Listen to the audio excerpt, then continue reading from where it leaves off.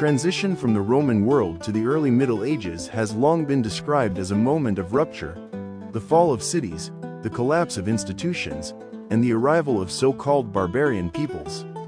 Yet this interpretation oversimplifies a far more complex historical process. Many elements traditionally labeled as medieval were already deeply rooted in the late Roman world. Likewise, the groups later described as barbarians were not external destroyers of a stable civilization, but actors drawn into an empire already undergoing profound internal transformation.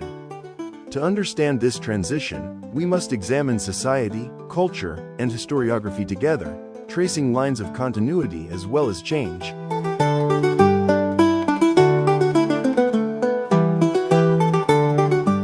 Roman civilization is often imagined as fundamentally urban, defined by cities, monuments, and civic life. Medieval society, by contrast, is frequently characterized as rural and agrarian. While this contrast contains an element of truth, it obscures the reality that even at its height the Roman Empire rested primarily on the countryside. Agriculture formed the backbone of the imperial economy, and the vast majority of the population lived and worked on the land. The fiscal system of the late Roman state reflected this reality. Urban commercial taxes contributed only a small fraction of imperial revenue. The primary source of income was the land tax, known as the annona, imposed on agricultural production. For many rural families, the combined weight of taxation and rent obligations absorbed an enormous share of their output. In some cases, up to half of a peasant household's net production was extracted, leaving little margin for survival. Under such conditions, rural life remained precarious. A single poor harvest, an episode of drought, or the passage of troops could plunge entire regions into crisis. Tax evasion, though illegal, became a widespread survival strategy and reached such levels by the 5th century that it weakened the central government's capacity to function. Yet this evasion offered little relief to peasants, as large landowners compensated for lost tax revenue by increasing rents and obligations.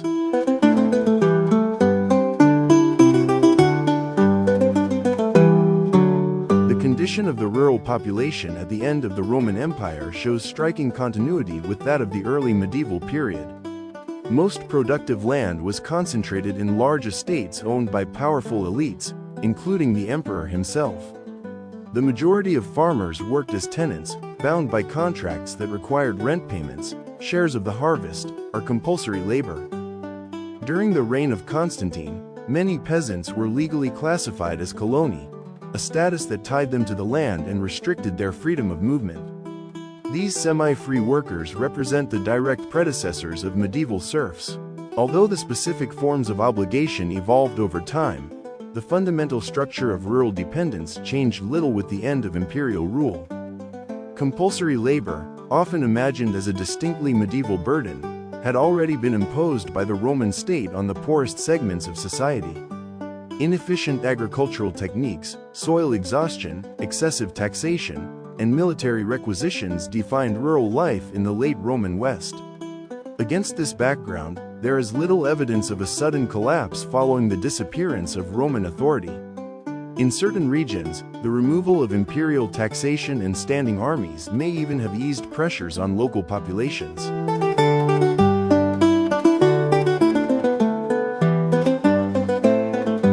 Military activity also reveals important shifts across this period.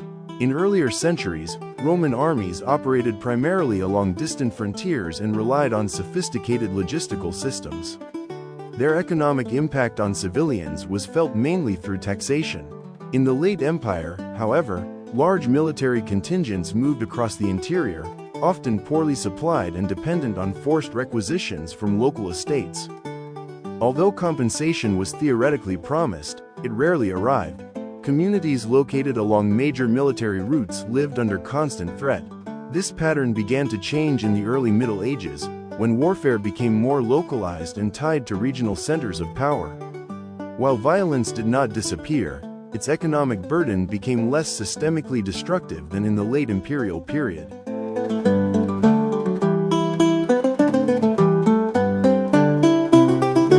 Urban life in the Roman world was far less ideal than its monumental ruins suggest. Even Even Rome itself suffered from overcrowding, poor sanitation, and violence. Most streets were narrow and unpaved, few buildings had access to running water, and the majority of the population lived in cramped apartment blocks known as insulae. From the 3rd century onward, many cities declined in size and population. This process continued into the early Middle Ages, but it did not begin with the so-called barbarian invasions. Urban contraction was already underway as imperial authority weakened. Cities became smaller, more defensible, and increasingly focused around religious institutions. While secular public building declined after the year 300, construction did not cease. Churches replaced forums and temples as the dominant urban monuments. By the late 5th and 6th centuries, religious architecture defined the cityscape, signaling not collapse but transformation.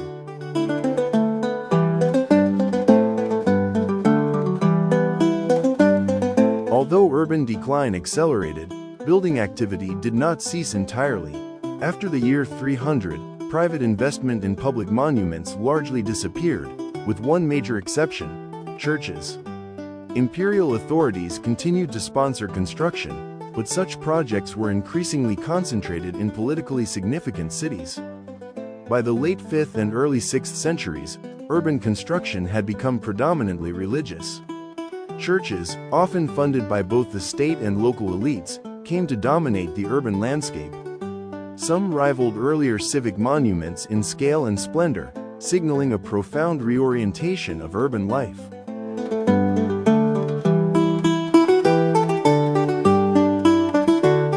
Late Roman culture also anticipated medieval forms. Artistic expression moved away from classical naturalism toward more abstract and symbolic styles. Christian themes dominated, but even secular art increasingly emphasized transcendence over physical realism. This aesthetic transformation reflected deeper intellectual changes. As political stability eroded, Roman thought shifted away from confidence in the material world toward spiritual and otherworldly concerns. These tendencies would become defining features of medieval culture.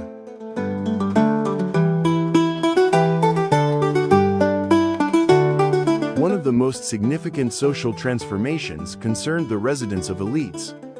In earlier centuries, Roman aristocrats lived primarily in cities, visiting rural estates only temporarily. By the late Empire, many transformed their villas into permanent residences, gradually abandoning urban life. These rural estates flourished even as cities declined. Archaeological evidence reveals workshops, forges, and increased self-sufficiency.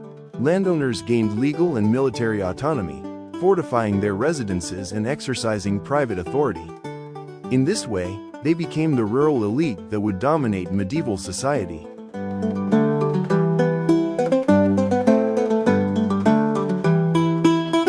A fundamental difference between Roman and early medieval societies is often said to lie in systems of loyalty.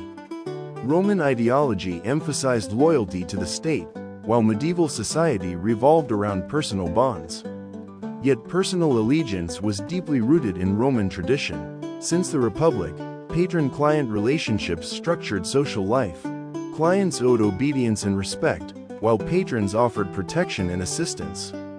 In practice, these personal ties often outweighed abstract loyalty to institutions, foreshadowing medieval forms of dependency.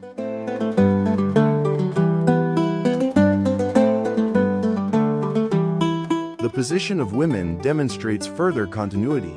Although excluded from formal political power, elite women gained greater legal autonomy during the imperial period, particularly in matters of inheritance. Their influence persisted into the early Middle Ages, primarily through religious patronage and family networks. Roman law also survived the end of the empire. Legal traditions drawn from the Theodosian Code shaped early medieval legislation. Similarly, Latin remained the dominant language across most of Western Europe, even under barbarian rule.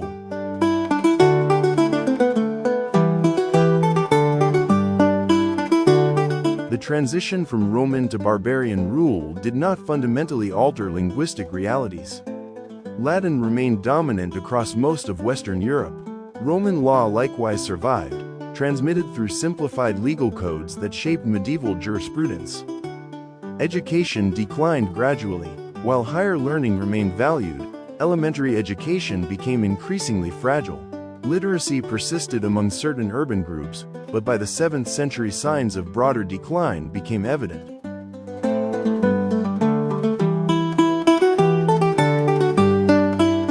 Our understanding of this transition has been shaped by historiography. Medieval authors such as Bede, Gregory of Tours, Isidore of Seville, and Paul the Deacon constructed narratives that linked emerging kingdoms to barbarian origins.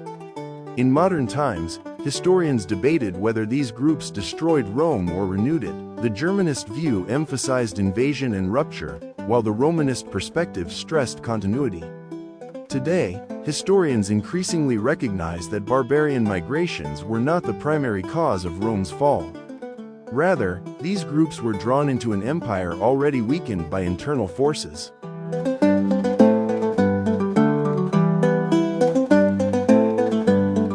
19th-century historiography attributed most post-Roman changes to Germanic influence. Later Romanist scholars emphasized continuity and minimized barbarian impact. Today, historians recognize that profound transformations occurred, but not primarily because of barbarian invasions. Instead, barbarians were drawn into an empire already weakening for internal reasons. Migrations were a consequence, not the cause, of Roman collapse. Britain, often treated as exceptional, followed patterns similar to those of the continent.